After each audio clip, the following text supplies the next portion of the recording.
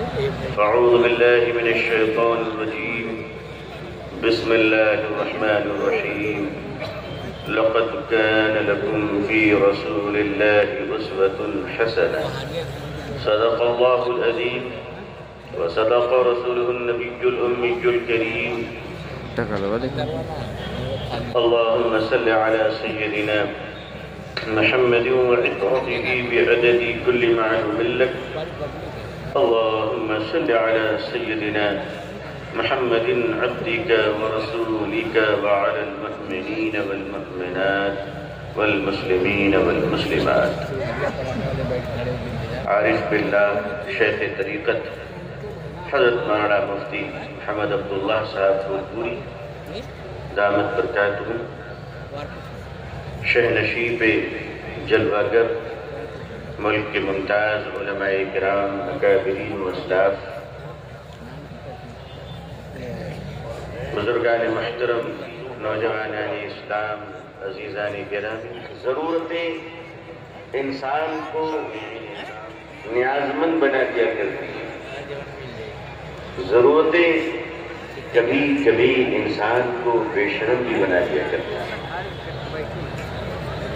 لیکن انسان ضرورت کا محتاج بنتا ہے یا محتاجوں کی ضرورت بنتا ہے؟ اس ساری فلسفہ زندگی ان دو جملوں کے درمیان معلق ہے کہ انسان ضرورت کا محتاج ہے یا محتاجوں کی ضرورت ہے. جو ضرورت کا محتاج ہو وہ انسان ہے، اور جو محتاجوں کی ضرورت ہو وہ مسلمان ہے. مسلمان اپنی زندگی کا کرائٹیریا خود طے کرے کہ وہ محتاجوں کی ضرورت ہے، ضرورت کا محتاج نہیں.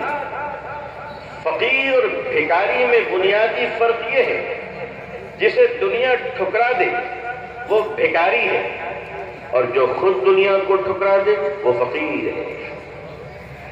آدمی کے اندر طبیعت میں جب بے نیازی آتی ہے اور اللہ کی معرفت نصیب ہو تو قطب وہی ہے، ابدال وہی ہے، مرشد وہی ہے، ولی اللہ وہی ہے.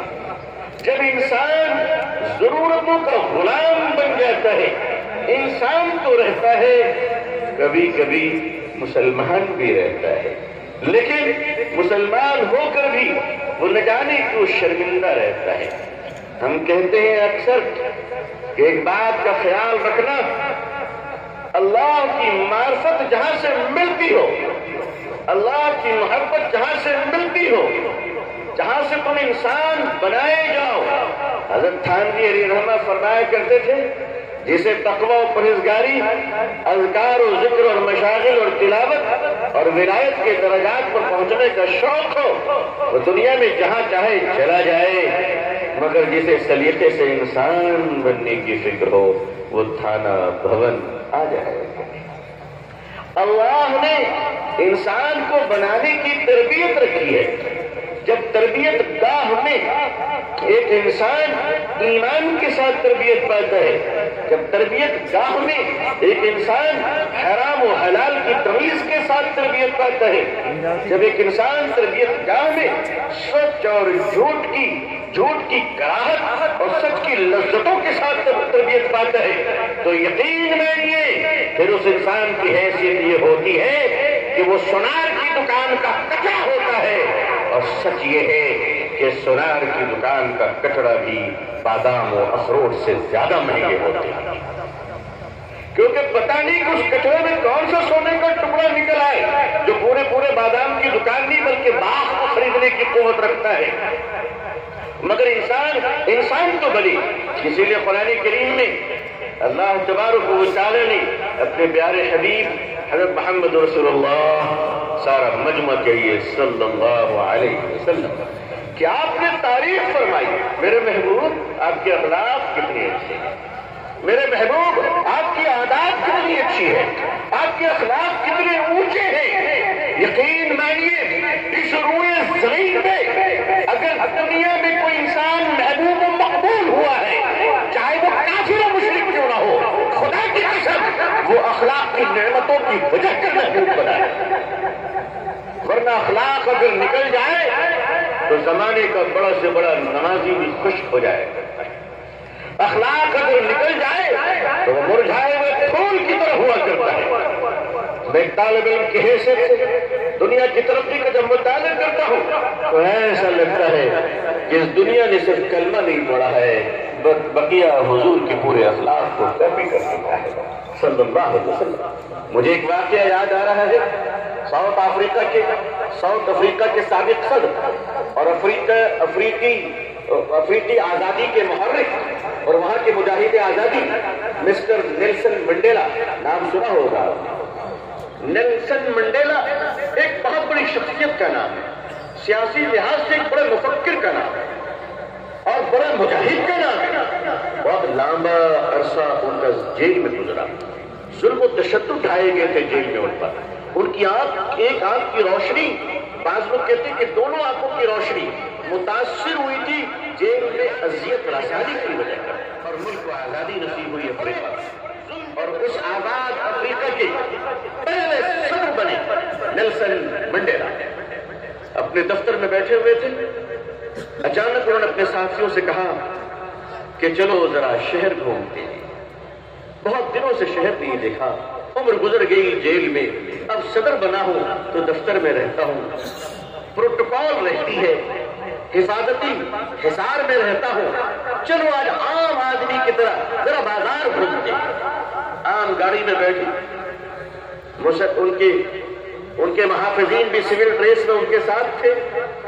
وہ ایک ریسٹوران پہ رکے، ایک کیفیٹیریا، اور انہوں نے کہا کہ دیکھو کتنا عام سا کیفیٹیریا ہے، میں کبھی کبھی یہاں چائے پیا کرتا تھا، پرانی یاد تازہ ہو گئی، چلو نا آج اسی کیفیٹیریا میں ایک کپ کافی پیتے ہیں. ساؤتھ افریقہ کا صدر نیلسن منڈیلا اس کیفیٹیریا میں جاتے ہیں اور اپنے ساتھیوں کے ساتھ، عملہ کے ساتھ کافی پیتا ہے. اچانک اس کی نگاہ پڑتی ہے کہ ایک کرسی پہ کنارے ایک ٹیبل ہے اور اس کرسی پہ ایک بوڑھا شخص بیٹھا ہے جو کانپ رہا ہے، اس کے پسینے نکل رہے ہیں، منہ سے جھاگ گر رہا ہے. اب تک اس کی دم نکل جائے، جان نکل جائے. نیلسن منڈیلا اٹھے اور اس آدمی کو لیا اور لے کر اپنے ٹیبل پر آئے. ٹشو نکالی، ان کے چہرے کو پوچھا، پسینے کو صاف کیا، منہ کے جھاگ کو صاف کیا اور اپنے ہاتھوں سے کچھ ان کو کھلانا چاہا. اس نے کوشش تو کی لیکن کھا نہیں سکا، بہت کانپ رہا تھا. تھوڑی دیر تک نیلسن منڈیلا نے ان کے ساتھ حسن سلوک کیا. اس کے بعد اپنے محافظ سے کہا، گارڈ سے، کہ جاؤ ان کو دروازے تک چھوڑ دو، یہ گھر چلے جائے. محافظ دروازے تک لے کر جا رہے، وہ شخص چل نہیں پا رہا تھا، وہ پاؤں گھسیٹ رہا تھا. محافظ نے کہا، حضور یہ آدمی دروازے تک نہیں جا پا رہا ہے، گھر تک کیسے جائے گا؟ آپ کہیں تو ہم سرکاری گاڑی سے کھیلے چھوڑ آتے ہیں ان کے مکان تک. نیلسن منڈیلا نے کہا، اسے دروازے کے باہر تو کر دو، وہ چلا جائے گا. کہا، حضور کیسے؟ یہ تو بہت بیمار ہے. فرمایا، وہ بیمار نہیں، وہ میرے جیل کے قید خانے کے کمرے کا محافظ ہے جو مجھ پر ظلم ڈھایا کرتا تھا. مجھے دیکھ کر اس کی حالت یہ بن گئی ہے. آج مجھ کو دیکھ کر وہ کانپ رہا ہے، مجھ کو دیکھ کر وہ تھرتھرا رہا ہے، وہ سوچ رہا ہے کہ پتہ نہیں میں اس کے ساتھ کیا سلوک کروں گا. مگر واہ نیلسن منڈیلا نے، انہوں نے کہا کہ یہ جانے دو، ان کو جانے دو. لیکن یاد رکھیے، جب نیلسن منڈیلا سے ایک کانفرنس سے پوچھا گیا کہ اپنے محافظ، اپنی حفاظت پر لگے ہوئے جیل میں اس ظالم کے ساتھ تم نے یہ حسن سلوک کیا، یہ سبق تم نے کہاں سے پایا؟ اس نے کہا، فتح مکہ کے سپاہ سالار صلی اللہ علیہ وسلم. ہم نے اس فتح مکہ کے صدیق سپاہ سالار کو دیکھا، اس محمد رسول اللہ صلی اللہ علیہ وسلم کو دیکھا کہ وہ آقا صلی اللہ علیہ وسلم مکے میں کیسے کیسے معجزات ہوئے. لوگوں نے دیکھا شق القمر کا معجزہ کہ مدھیہ پردیش سے لوگ چلے جاتے ہیں اور راجہ بھوج کی نگاہ پڑتی ہے، تاریخ کی کتابوں میں ہے کہ راجہ بھوج ہندوستان سے تشریف لے جاتے ہیں شق القمر کا معجزہ دیکھ کر، لیکن شق القمر کا معجزہ دیکھا مکے کے ظالموں کو کلمہ نصیب نہیں ہوا۔ حضور صلی اللہ علیہ وسلم نے جب کنکریوں پہ اشارہ فرمایا تو پتھروں نے کلمہ پڑھا، مگر اہل مکہ نے کلمہ نہیں پڑھا۔ لیکن جب میرے رسول نے صلی اللہ علیہ وسلم فاتح کی حیثیت سے کعبے کے غلاف کو پکڑ کر کہا، اے اہل مکہ جاؤ، میں نے تمہیں معاف کر دیا، خدا کی قسم ہر گھر سے کلمے کی آواز آنے لگی، ہر گھر سے کلمے کی آواز آنے لگی۔ اخلاق کسے کہتے ہیں؟ آپ کو اختیار ہو بدلہ لینے کا، پھر آپ نے معاف کر دیا، یہ اخلاق ہے میرے بزرگوں، یہ اخلاق ہے۔ آپ نے قرضداروں پہ رحم دلی کا مظاہرہ کیا، وہ کمزور ہے تو معاف کر دیا، یہ اخلاق ہے۔ جو بعد میں ایمان لائے حضرت اقرا رضی اللہ تعالیٰ عنہ، ان کی بیوی نے کہا کہ یا رسول اللہ صلی اللہ علیہ وسلم، اکرم ڈرے ہوئے ہیں، خوف سے کانپ رہے ہیں، زندگی کی بھیک باندھ رہے ہیں، کلمہ پڑھنے کو بے قرار ہے، ایمان لانے کو بے قرار ہے۔ تو حضور صلی اللہ علیہ وسلم نے فرمایا لے آؤ۔ کہا کہ لو تو آؤں گا، مگر جب یہاں تک پہنچیں گے تب تو لاؤں گا۔ راستے میں جو آپ کے جانباز لوگ کھڑے ہیں وہ اکرمہ کو کہاں چھوڑنے والے ہیں، وہ تو پتہ نہیں راستے میں صاف کر دیں گے۔ فرمایا کہہ دینا میں نے امن دے دیا ہے۔ رات کے اندھیرے میں بیوی کے پیچھے پیچھے حضرت اکرمہ چھپتے چھپاتے اس مقام پر پہنچتے ہیں جہاں اللہ کے رسول رحمت للعالمین صلی اللہ علیہ وسلم تشریف فرما ہے۔ حضرت اکرمہ کے باپ کون ہیں؟ ابو جہل۔ کون نہیں جانتا اس کی جہالت کے بارے میں، کون نہیں جانتا اس کے ظلم کے بارے میں۔ لوگوں کو نام بدلنے کا بڑا شوق ہے، کیا اچھا ہوتا اپنی اولاد میں سے کسی کا نام ابو جہل رکھ لیا ہوتا، تاکہ ہم کہتے کہ آپ نے ترقی کر لی ہے اور آپ اونچے مقام پر پہنچ چکے ہیں، ذرا ایک آدھ بچے کا نام ہماری دشمنی میں ابو لہب رکھ کے تو دکھا دو، تاکہ ہم سمجھیں کہ لوگوں نے دشمنی کا حق ادا کر دیا۔ ارے نفرت کا حق ادا کرنا ہے تو اپنی اولاد کا نام ابو جہل رکھ دو، تاکہ کہے کہ تم نے نفرتوں کا وہ مقام حاصل کر لیا ہے۔ مگر کچھوے جانتے ہیں منہ کب باہر نکالنا ہے اور کب اندر رکھنا ہے۔ نفرتیں بھی نپی تلی ہوتی ہے، دشمنیاں بھی نپی تلی ہوتی ہے۔ عزیزان ملت، کیوں نہ کبھی کبھی دل کرتا ہے کہ ایسی نفرتوں پہ بھی کچھ لکھا جائے، کچھ کہا جائے۔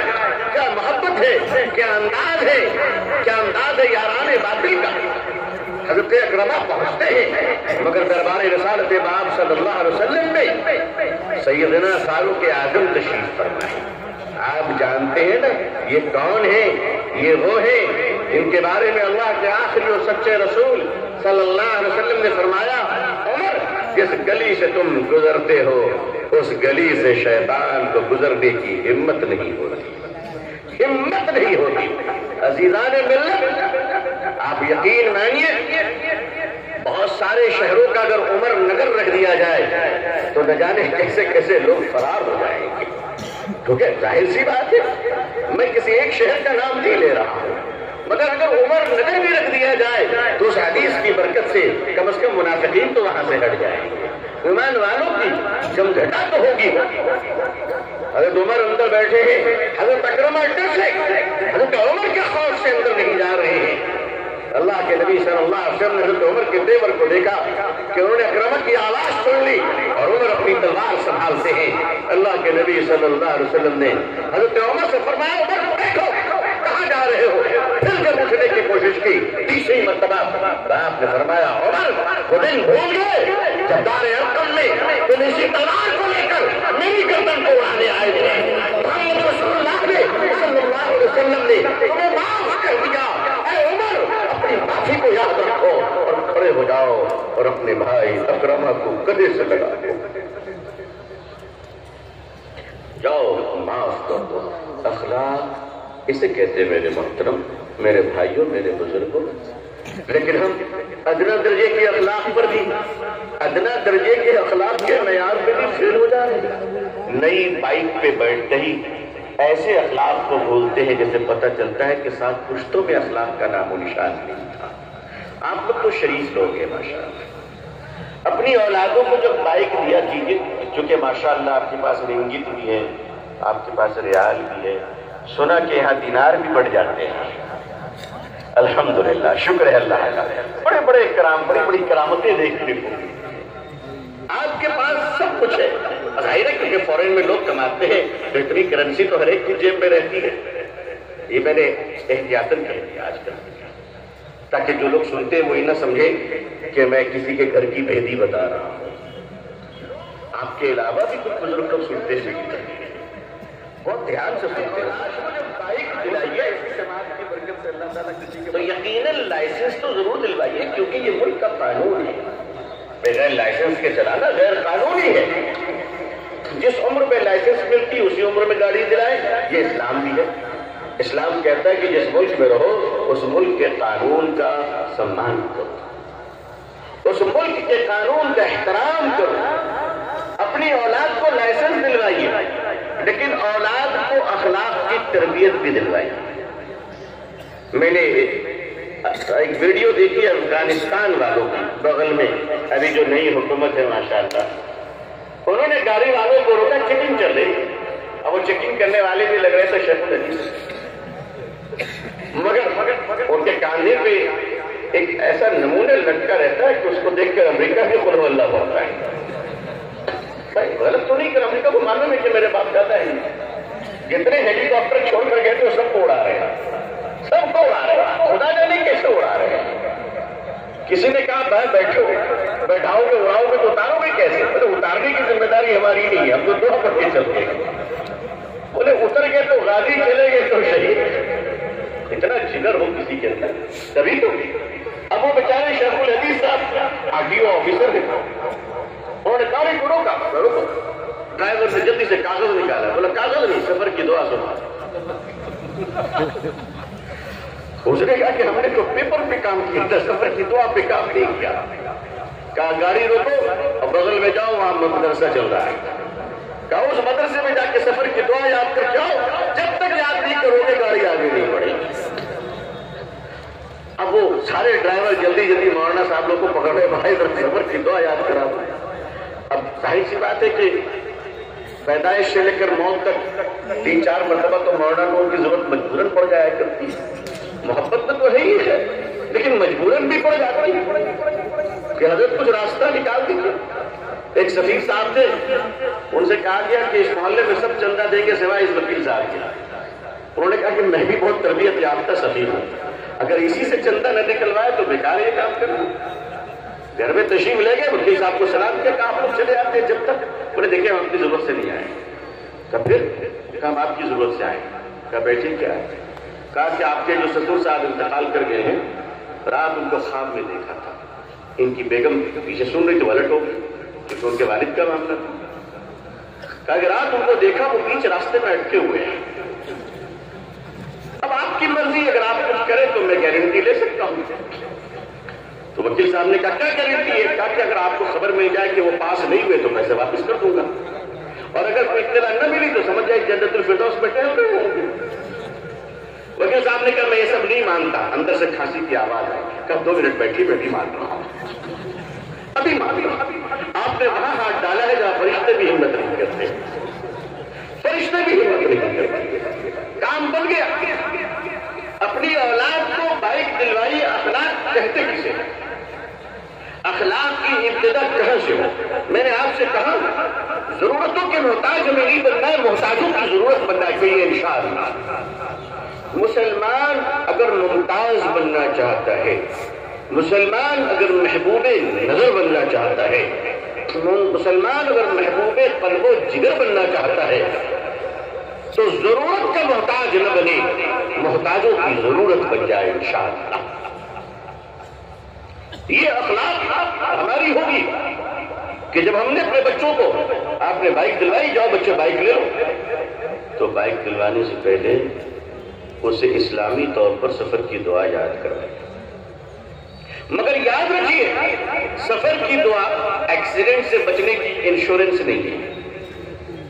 یہ بتاتا رہا، سفر کی دعا ایکسیڈنٹ سے بچنے کی انشورنس نہیں ہے، بلکہ سلیقے سے چلو تو اللہ کی رحمت ہوگی اور ثواب ملتا رہے گا۔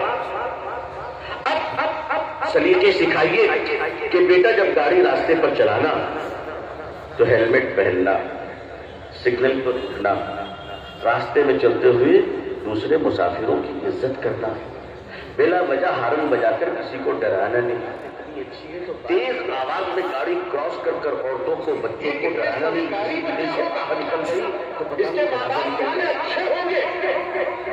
یہ اخلاق ہے کہ لوگ دیکھ کر کہیں کہ مسلمان جا رہا ہے تو قانون کا سمان کرنے والا جا رہا ہے، قانون کو ماننے والا جا رہا ہے۔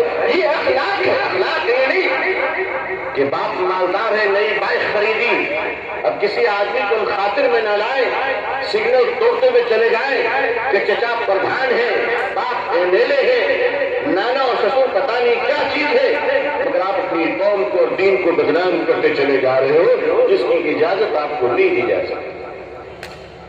یہ اخلاق ہے۔ اخلاق کیا ہے میرے بزرگوں؟ میرے آقا صلی اللہ علیہ وسلم نے پڑوسیوں کے تعلق سے تو ہمیں حکم دیا ہے، مشورہ نہیں دیا، حکم دیا۔ اور عالم یہ ہے کہ نبی کریم صلی اللہ علیہ وسلم کے چاہنے والے جن اسلاف کے ہم دیوانے ہیں، ان بزرگوں کا معاملہ تو یہ ہے کہ ایک بزرگ کے گھر میں بچہ رو رہا ہے، امی جان مجھے آم کھانا ہے، آم کا سیزن ہے، کسی نے ہدیے میں حضرت کو، حضرت صاحب کو ایک عام تحفے میں پیش کیا، حضرت اس عام کو لے کر گھر آتے ہیں، کاٹ کر بچے کو کھلاتے ہیں، گٹھلی کو باہر پھینکنے جاتے ہیں، پڑوس کے بچے کی رونے کی آواز آتی ہے، امی جان مجھے آم کھانا تھا، یہ سنتے ہی کانپ جاتے ہیں اور فرماتے اللہ اگر یہ گٹھلی پڑوس نے دیکھ لیا اور اس کے بچے کا دل ٹوٹ گیا تو میں اللہ کیا کیا جواب دوں گا۔ یہ کہہ کر وہ گٹھلی کو ہاتھ میں رکھتے ہیں اور دور جا کر پھینکتے ہیں تاکہ پڑوسی کا احترام ہو۔ پڑوسی کا احترام ہمیں سکھایا گیا، اور آج حال یہ ہے کہ پڑوسیوں کے ساتھ تو دور کی بات ہے، ہم اپنے بھائیوں کو بھوکا دیکھ سکتے ہیں، بھائیوں کو تڑپتا ہوا دیکھ سکتے ہیں، بھائیوں کو بیکار دیکھ سکتے ہیں، اس کی خبر تو نہیں لے سکتے، مگر کرین میں چڑھ کر مجرے باز بیٹھنگوں کی طرح 20 لاکھ کے نوٹ اڑا سکتے ہیں۔ جب مسلمان اتنا بےغیرت بن جائے تو یاد رکھنا، میرے شیخ حضرت مفتی عبداللہ صاحب پھولپوری علیہ رحمہ فرمایا کرتے تھے کہ مال کا مصرف طے کرے گا کہ وہ محبوب ہے یا مردود ہے۔ مال کا مصرف طے کرے گا کہ وہ محبوب ہے یا مردود ہے۔ بیٹے یا بیٹے کی شادی میں کرین پر چڑھ کر 20 لاکھ اڑا رہے ہو تم، تو غیرت نہیں آتی، شرم نہیں آتی تمہیں، حیا نہیں آتی؟ اس ملک میں میں تو کہتا ہوں کہیں بھی جائز نہیں ہے، کہیں بھی جائز نہیں، مگر خاص طور پر اس ملک میں جہاں آدی باسی کی 7 سال کی بچی 1 ہفتے سے بھوکی تھی، کھانا نہ ملنے کی وجہ سے دنیا سے رخصت ہو گئی۔ اے مسلمانوں، قیامت کے دن تم خدا کو کیا جواب دو؟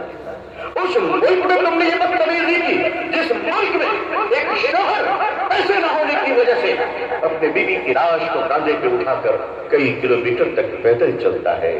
اللہ کیا کیا جواب دو؟ اگر ایسے مسلمانوں کی ایجنسی انکوائری کرتی ہے تو ہمیں کوئی ہمدردی نہیں ہوتی، ہمیں کوئی ہمدردی نہیں، کیونکہ وہ قوم کو بدنام کر رہے ہیں، ملت کو بدنام کر رہے ہیں، ملک کی غریبی کا مذاق اڑا رہے ہیں، شریعت اسلام کا مذاق اڑا رہے ہیں۔ یہ اخلاق ہے آپ کا کہ آپ کے پاس دولت ہے تو آپ اپنے دولت کے مالک ہیں، جو جی میں آئے وہ آپ کریں گے۔ تو یاد رکھیے، جوانی، دولت، یہ ساری چیزیں ایک دن ختم ہونے والی ہیں، اور ہم روزانہ دیکھتے رہتے ہیں 1000 کروڑ رکھنے والوں کا بھی جنازہ اٹھتے ہم نے اس ملک میں دیکھا ہے۔ کس بات پہ ہمیں فخر ہے کہ ہمارے بلند و بالا عمارتوں کے مہم سائے نے ہمیں پاگل بنا رکھا ہے، ہمیں دیوانہ بنا رکھا ہے، ہمیں دوسروں کی ضرورت نہیں بننے دیا، اور ہم نے یہ سمجھا کہ ہمارا مال ہے، ہم بیٹی کی شادی پہ جس طرح چاہے اڑا دے، جس طرح چاہے تباہ کر دے۔ کیوں مسلمانوں، تم دیکھتے نہیں ہو کلکتے سے لے کر بمبئی تک، دلی سے لے کر چنئی تک، بڑے بڑے شہروں میں، حیدرآباد، بنگلور، فلائی اوور کے نیچے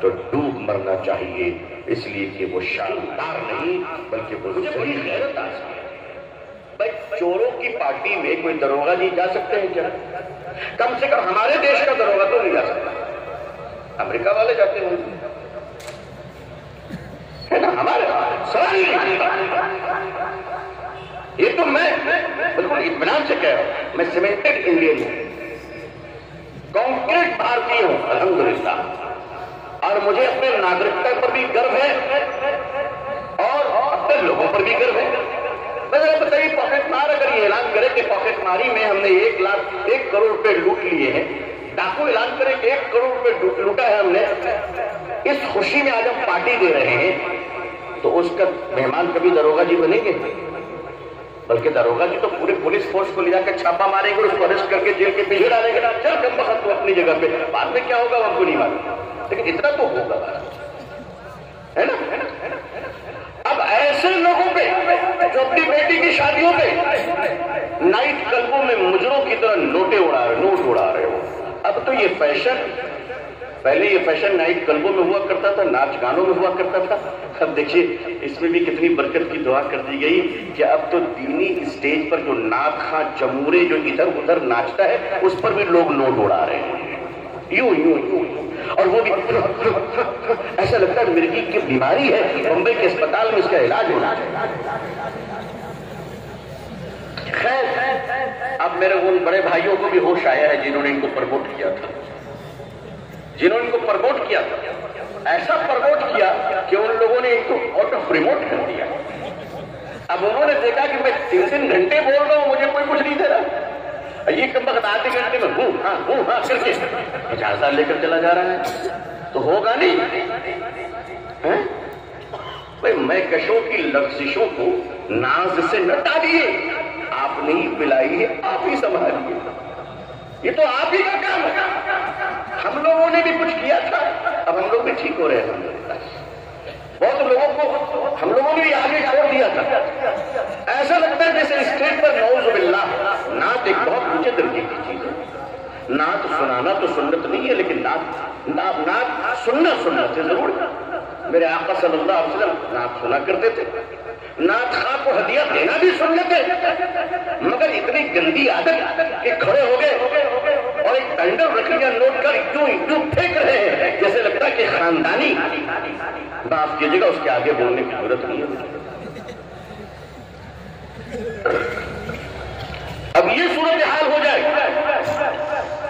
ان مجلسوں میں، علماء تو بہت اونچے درجے کی بات ہے، ایک شریف مسلمان بھی بیٹھ نہیں سکتا، شریف مسلمان بھی بیٹھ نہیں سکتا، لیکن معاف کیجیے گا یہ علماء کہ بہت بابرکت مجلس ہے، اور حق بات وہی کہنی چاہیے جہاں اہل حق بیٹھے ہو، ظاہر ہے، اور اس سے زیادہ حق بات کہنے کی دوسری کوئی جگہ مناسب ملتی بھی نہیں ہے، یہ سب سے حق بات کہنے کی جگہ ہے، ماشاءاللہ ہمیں اپنی باتیں کہنی چاہیے۔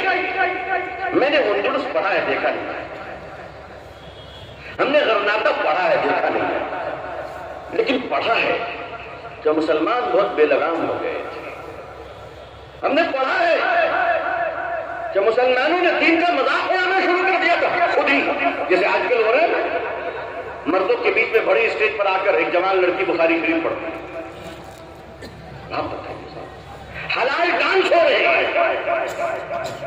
یہ ہم کہاں پہنچ رہے ہیں؟ اور اتنا ہی نہیں، اگر ایک شاعرہ اسی اتر پردیش کے ایک علاقے میں جہاں بڑے بڑے ادارے ہیں ماشاءاللہ، بڑے بڑے طبقات رہتے ہیں، 10-10 ہزار طلبہ ہے وہاں، بیچاری ایک شاعرہ غلطی سے وہاں پہنچ گئی، بھلا ہرن کو بھی جنگل میں جانا چاہیے، اور وہاں سے تاریخ ٹوپی کے بچوں نے جو استقبال کیا ہے، زندگی بھر نظم پڑھنا بھول گئی ہوگی بیچاری، زندگی بھر شرم آتی ہے مجھے، اداروں میں تربیت کیا ہو، صحیح دیں گے، ہمیں اتنا ہوش نہیں کہ شاعرہ ہو یا گانے والیاں، تھوڑے بہت فرق کے ساتھ تو بہت کچھ میں یکسانیت آ جاتی ہے، کیا وہاں پہ حیا اور غیرت کا مسلمان ہو گیا. یاد رکھیے گا اندلس غرناطہ کے واقعات اچانک نہیں ہو گئے تھے. اسی طرح سے چیزیں شروع ہوئی تھی کہ انسان بے لگام ہو گئے تھے, انسان بد اخلاق ہو گئے تھے. میری مراد مسلمان ہے کہ جب مسلمان بد اخلاقی کے اس مقام پر پہنچ گئے کہ جہاں اللہ کا غضب آ گیا تو اللہ کا فیصلہ پھر اترتا ہے اس کی تباہی کا. اور ابو عبید اللہ آخری حکمران اپنی ماں کے ساتھ جب اپنے ملک سے نکالا جاتا ہے تو ایک پہاڑی پر بیٹھ کر روتا ہے. اس کی بوڑھی ماں پیچھے سے اسے ایک ڈنڈا مارتی ہے اور کہتی ہے خاموش نالائق, جو کام تم مردوں کی طرح نہ کر سکا اس کے لٹ جانے پر تجھے ایک عورت کی طرح رونے کی اجازت نہیں دی جا سکتی. میری قوم کے غیر لوگوں, اللہ نے آپ کو خوشحالی دی ہے, اللہ اور برکت عطا فرمائے, اللہ خوب مال و دولت بابرکت عطا فرمائے. لیکن آپ کو یہ طے کرنا پڑے گا کہ آپ اس ملک میں ضرورت کے محتاج بن رہے ہیں یا محتاجوں کی ضرورت بننا چاہتے ہیں. اگر اس ملک میں عزت چاہیے, اور میں آپ کو صاف کہہ دے رہا ہوں, اگر پوری اسمبلی مسلمانوں سے بھر جائے اور پورا پارلیمنٹ مسلمانوں سے بھر جائے, خدا کی قسم عزت تمہیں اس کے بعد بھی نہیں مل سکتی, کیونکہ عزت اللہ نے ایمان میں رکھا ہے, اور ایمان کی تربیت تو محمد رسول اللہ کے قدموں میں ہے صلی اللہ علیہ وسلم. آپ کیا سمجھتے ہیں, مال و دولت کرسی اور سلطنت کی بنیاد پر اگر عزت ہوتی تو ہمارے پاس ایسے ملکوں کی کمی نہیں جو 99% مسلمان ہونے کے ساتھ ساتھ دولت کا وہ عالم ہے ان کا کہ ان کی دولت کو اگر تقسیم کر دیا جائے دنیا میں تو غربت ساری کی ساری ختم ہو جائے, ایک بادشاہ کی دولت. لیکن وہ اپنی دولت کے ساتھ پریشان ہے, وہ اپنے مال و متا کے ساتھ پریشان ہے. مسلمانوں, میری قوم کے لوگوں, اگر آپ اپنے ضمیر کو زندہ رکھنا چاہتے ہیں, اگر آپ چاہتے ہیں کہ زندگی میں کبھی رسوائی نہ ہو, اولاد کے سامنے, بیوی بال بچوں کے سامنے, سماج کے سامنے, ملک میں لوگوں کے سامنے, کسی کے سامنے ضمیر مرے نہیں, رسوائی نہ ہو, تو ایک علاج ہے, اس کا ایک ہی نسخہ ہے. اگر خوددار رہنا چاہتے ہو اور ضمیر کو زندہ رکھنا چاہتے ہو تو اپنی ضرورتوں کو قابو میں رکھو, اپنی ضرورتوں کو بے لگام ہونے مت دو. جن کی ضرورتیں دائرے میں ہوتی ہیں ان کا ضمیر زندہ ہوتا ہے, اور جس کی ضرورتیں اس کی حیثیت سے زیادہ ہوتی ہیں وہ بے ضمیر ہوتا ہے, اور کبھی کبھی تو وہ حرام کمانے والا بن جایا کرتا ہے. چاہے وہ کوئی بھی شخصیت ہو, آپ ہیں, بیٹوں کی ضرورتیں بے لگام ہیں, گھر کا ذمہ دار ہے, گھر کے لوگ بے قابو ہیں, تو یقین مانی پھر بے برکتی آ جائے گی. اس لیے آپ کو یہ دھیان رکھنا ہے کہ آپ کی دولت اور آپ کی خوشحالی کا سب سے زیادہ مستحق آپ کے اپنے گھر والے ہیں, آپ کے اپنے سگے بھائی ہیں. جتنی بھی اختلافات ہو, جتنی بھی دشمنی ہو, اور یہ دور سے اختلاف کے ہی ہے, اگر حضرت جبریل علیہ السلام بھی آ جائے تو آدھے گھنٹے میں 100 لوگوں کو اختلاف ہو جائے گا. آدھے گھنٹے کا وہ ٹھیک ہے, مگر ہمیں آپ سے اختلاف ہے. ہم چیمپئن بن چکے ہیں اختلاف سے, ہم اتنے اختلاف کا چیمپئن بن چکے ہیں کہ کوئی ایک آدمی بھی ہمیں صحیح نظر نہیں آتا. اختلاف کے باوجود کسی کی مدد کرنا یہ اخلاق کا اعلیٰ درجہ ہے, یہ اعلیٰ درجہ ہے. چمچوں کی تو سبھی مدد کیا کرتے ہیں. دنیا میں اگر کسی بیماری سے پرہیز کرنی ہو تو چمچوں سے پرہیز کریے گا انشاءاللہ. یہ جو چمچے ہیں نا, یہ بڑی کام کی چیز ہے. ایک چمچہ دیگ میں ڈال کے دیکھیے 10 منٹ میں دیگ خالی. صحیح ہے کہ نہیں؟ ارے 100 دیگ کھانا تو پوچھیے علماء کرام سے کس نے خالی کیا. شیطان تو دروازے سے چلا جاتا ہے کہ آلریڈی ہمارے کئی 4 چمچے لگے ہوئے ہیں. چمچوں سے بچیے, بچیں گے انشاءاللہ, ورنہ چمچے کہیں کے نہیں رکھیں گے آپ, کہیں کے نہیں رکھیں گے. محبت کرنے والے ہونے چاہیے. اس میں کوئی اللہ والوں کو محبت کرنے والے ملتے ہیں, مگر اس میں بھی ایک فرق ہے. دیکھیے سب سے وفادار جانور کون ہے بھائی؟ جی آپ کیا مرغیاں؟ سب سے وفادار لوگ کیسے کتے ہوتے ہیں، ہے نا؟ اچھا بات بھی صحیح ہے، تو کتے کا وفادار ہونا ٹھیک ہے، اچھی بات ہے، اس کی صفت ہے، کتا وفادار ہو یہ اچھی بات ہے۔ وفادار کو کبھی کتا بننے نہ دیجیے گا، ورنہ کہاں چلے جائیں گے پتہ بھی نہیں چلے گا۔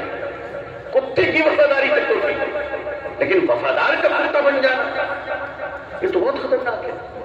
ہم لوگ کسی کی وفاداری میں جب آتے ہیں، افطار پارٹیوں میں میں نے دیکھا مسلمانوں کے رنگ، سبحان اللہ، کیسے کیسے ماڈل کے نمونے نظر آتے ہیں مجھے افطار پارٹیوں میں۔ اب تو خیر میں نے بھی جانا بند کر دیا، اللہ کا شکر ہے، 15 سالوں سے پہلے گیا ہوں میں بڑے بڑے مکھ منتری جی کے افطار میں۔ خدا کی پناہ وہ مسلمان جو اپنی باپ کے جنازے میں ٹوپی پہننے پر دلیل پوچھتا تھا، وہ افطار پارٹی میں 3 ٹوپیاں لگا کے 20 ٹوپی جیب میں رکھ کے آیا، پتہ نہیں کس کو پہنانا پڑے گا، کس کو کب پہنانی پڑے گی۔ اسی کو کہتے ہیں وفادار کا کتا بن جاتا۔ دین سے آگے مغرب کی نماز کی پرواہ نہیں، نیتا جی کے پیچھے پیچھے پیچھے پیچھے دوڑ رہے ہیں۔ حساب نماز تو پھر پڑھ لیں گے، نیتا جی پھر کہاں کے لیے؟ لوگوں اللہ کے لیے جینا سیکھو، اللہ کے لیے مرنا سیکھو۔ اگر تم اللہ کے لیے بن جاؤ گے، اللہ اپنی نعمتوں کو تمہارے دروازوں پہ لے دے گا۔ انسان سیاست کرنا کوئی گناہ نہیں ہے۔ ہمارے حضرت رحمۃ اللہ علیہ فرمایا کرتے تھے کہ ولایت کا بڑا سستا نسخہ ہے۔ اللہ کا ولی بننا چاہتے ہیں انشاءاللہ، یہ مطلب بننا چاہتا ہے؟ کون کون اللہ کا ولی بننا چاہتا ہے؟ ذرا ہاتھ اٹھائیے تو ماشاءاللہ، فرشتے نوٹ کر لیں، جن کے ہاتھ گرے ان کو چھوڑ دیں۔ سب نوٹ کر لیا ماشاءاللہ، دیکھو جو اللہ کا ولی بننا چاہتے ہیں وہ ہاتھ اٹھائے، جلدی فرشتے نوٹ کر رہے ہیں اس وقت۔ اللہ تعالیٰ آپ سب کو اپنی ولایت نصیب فرمائے، اپنی محبوبیت نصیب فرمائے، اور اس مجمع میں اللہ نے جن کے لیے ولایت کے فیصلے کیے ہیں ان کی برکت اور ان کے صدقے اللہ مجھ جیسے گنہگار کو بھی اپنا محبوب بندہ بنا لے، آمین یا رب العالمین۔ اور یہاں تو اولیاء اور اللہ کے اولیاء اور دوستوں کا ہی مجمع ہے۔ میرے شیخ حضرت مفتی عبداللہ صاحب پھولپوری رحمۃ اللہ علیہ فرمایا کرتے تھے کہ ولایت سب سے آسان کام ہے۔ اللہ کا ولی بننے کے لیے دنیا چھوڑنے کی ضرورت نہیں ہے، بیوی بچوں کو چھوڑنے کی ضرورت نہیں ہے، سیاست چھوڑنے کی ضرورت نہیں ہے، وزارت چھوڑنے کی ضرورت نہیں ہے، وکالت بھی چھوڑنے کی ضرورت نہیں ہے، ڈاکٹری کا پیشہ بھی چھوڑنے کی ضرورت نہیں ہے، سارا کام کرتے رہو۔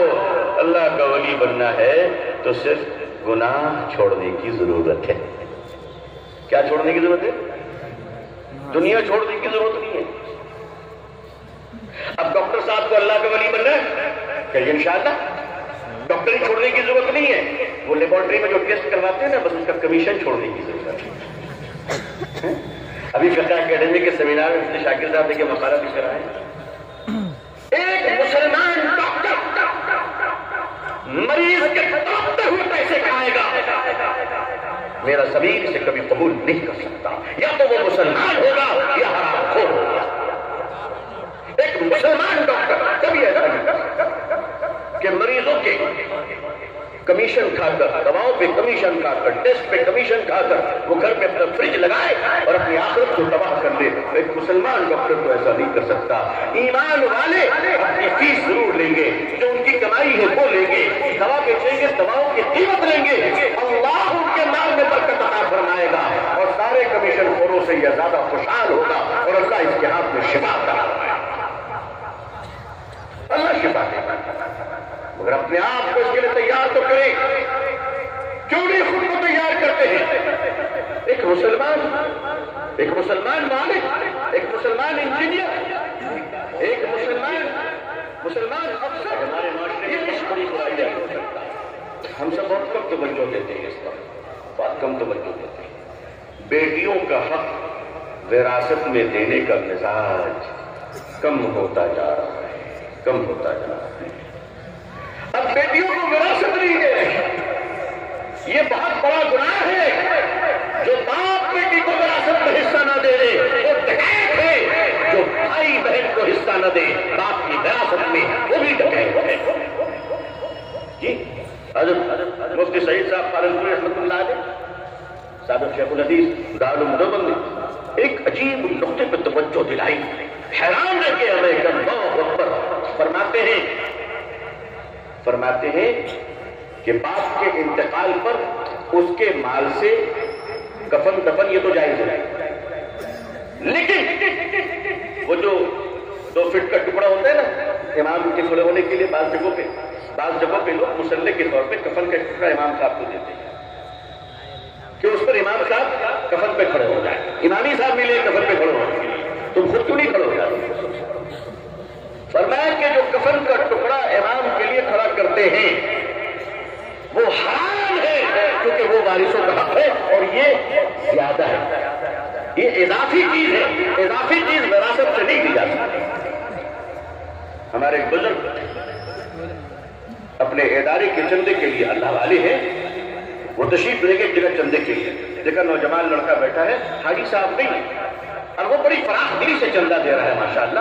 حضرت کا نمبر آیا، حضرت نے رسید دکھائی، انہوں نے چندہ دیا، حضرت نے کہا رکیے، حاجی صاحب کہاں ہیں؟ اچھے لوگ خیریت کیسے ہیں آپ؟ کس حال میں ہیں؟ حضرت نے سلام کہا ہے، گھر میں سب خیریت ہے؟ یہ بھی ہونی چاہیے محبت اور ہمدردی۔ الحمدللہ میرے بیت العلوم کے سفیروں کو اکثر ایسی پایا ہے، یہ تو میری محرومی ہے کہ گزشتہ کئی سالوں سے ملاقات کا موقع نہیں ملتا ہے، میں دوسرے کو بھیج دیا کرتا ہوں۔ دعا کیجیے اللہ تعالیٰ سے کہ اللہ میرے وقت میں اور کاموں میں خیر و برکت اور صحت میں برکت عطا فرمائے۔ حضرت فرمایا حاجی صاحب کا بچے نے کہا ان کا انتقال ہو گیا، کہا انا للہ و انا الیہ راجعون۔ بڑے نیک انسان تھے، بڑے اللہ والے تھے، علماء سے بڑی محبت کیا کرتے تھے، دعا ان کی مغفرت کے لیے۔ بچے نے کہا آپ نہ گھبرائیں، ابو کے زمانے میں جتنا ملتا تھا ہم اس سے بڑھا کر دیں گے۔ فرمایا نہیں ٹھہریے، آپ کتنے بھائی ہیں؟ انہوں نے بتایا اتنے بھائی اتنے بہن ہیں۔ کہا وراثت کی تقسیم ہو گئی؟ کہا نہیں، امی ابھی زندہ ہے۔ انہوں نے کہا بیٹا تم دو۔ کہا کہ معاف کیجیے گا میں چندہ نہیں دوں گا، اس لیے کہ یہ مال میں لینا جائز نہیں۔ لوگ تو لاٹری کی دکان والوں سے بھی چندہ لے رہے ہیں۔ کہا آپ اس کی فکر مت کیجیے، ہضم میں کر لوں گا، وہ میری زندگی، مگر اللہ والے یہ جو آپ لوگوں کی ترقی دیکھ رہے ہیں ماشاءاللہ۔ آج میں کمرے سے سن رہا تھا کارگزاری، اور میرا دل کہہ رہا تھا کہ ہو نہ ہو نئے بابا کے پاس کچھ دستے غیب آ گئے ہیں ماشاءاللہ۔ میرا دل کہہ رہا تھا کچھ غیبی خزانہ کا چکر ہے، اللہ خوب برکت سے عطا فرمائے۔ یہ جو ہم جو آپ ترقی دیکھ رہے ہیں یہ چندے کا کمال نہیں ہے، یہ دیانتداری کا الحمدللہ، یہ دیانتداری ہے ماشاءاللہ کہ ہمارے اساتذہ کی تنخواہیں بڑھتی چلی جا رہی ہے، اور فرما رہے تھے کہ ارادہ تو 50,000 تک کرنے کی ہے انشاءاللہ۔ یہ تو بھی وقتی ارادہ ہے، ورنہ اللہ نے جو دل اور جذبہ دیا ہے کہ اگر لاکھوں لاکھ بھی بڑھ جائیں تو خزانہ تو اللہ ہی کا۔ میرے شیخ حضرت مفتی عبداللہ صاحب رحمۃ اللہ علیہ مجھ سے فرمایا کرتے تھے کہ جس مدرسے میں دیانتداری ہوگی اس مدرسے کا محتمل کبھی مال کے لیے پریشان نہیں رہے گا۔ میں دیکھ رہا ہوں بیت العلوم میں آپ دیکھیے اللہ کا کتنا بڑا فرق ہے کہ حضرت کے جانشینوں میں اللہ نے برکت کا نزول ہو رہا ہے، یہ دیانتداری ہے۔ اگر مدرسے میں دیانتداری کرو گے تو مدرسے میں برکت ہوگی، گھر میں دیانتداری کرو گے تو گھر میں برکت ہوگی، دکان میں دیانتداری کرو گے دکان میں برکت ہوگی، کاروبار میں دیانتداری کرو گے کاروبار میں برکت ہوگی۔ اپنے پیشے میں ایمانداری کیجیے، اللہ پیشے سے آنے والی کمائی میں خیر و برکت عطا فرمائے گا۔ برکت کا مالک اللہ ہے، کوئی اور نہیں ہے۔ اللہ تبارک و تعالی ہم لوگوں کو انسانیت کی ضرورت بننے کی توفیق عطا فرمائے۔ اللہ تعالی پوری دنیا میں ہم سب کو اسلام کی اور مسلمانوں کی عزت دیکھنا نصیب فرمائے۔ اقوام عالم اور اہل ہندوستان کے دلوں میں اسلام کے لیے اور مسلمانوں کے لیے اللہ جل محبت و احترام و اکرام پیدا فرمائے۔ اللہ ہمیں اور آپ کو ہم سب کے اہل و عیال پر پوری امت مسلمہ کو قیامت تک عزت عافیت سلامتی خیر خوشحالی صحت و تندرستی کے ساتھ اسلام سے زندگی ایمان پر خاتمہ نصیب فرمائے۔ میں اپنے شیخ اور تمام علماء اور حاضرین مجلس سے اپنے لیے دعا کی درخواست کرتا ہوں۔ دعا فرمائیے کہ اللہ تعالیٰ ہم سب سے کچھ ایسے اچھے کام لے لے جس سے اللہ راضی ہو جائے، اور اللہ تعالیٰ قیامت تک ہم تمام لوگوں کے ایمان جان مال عزت آبرو کی حفاظت فرمائے۔ آمین یا رب العالمین۔ آخر دعوانا الحمد للہ رب العالمین۔ والسلام علیکم ورحمۃ اللہ وبرکاتہ.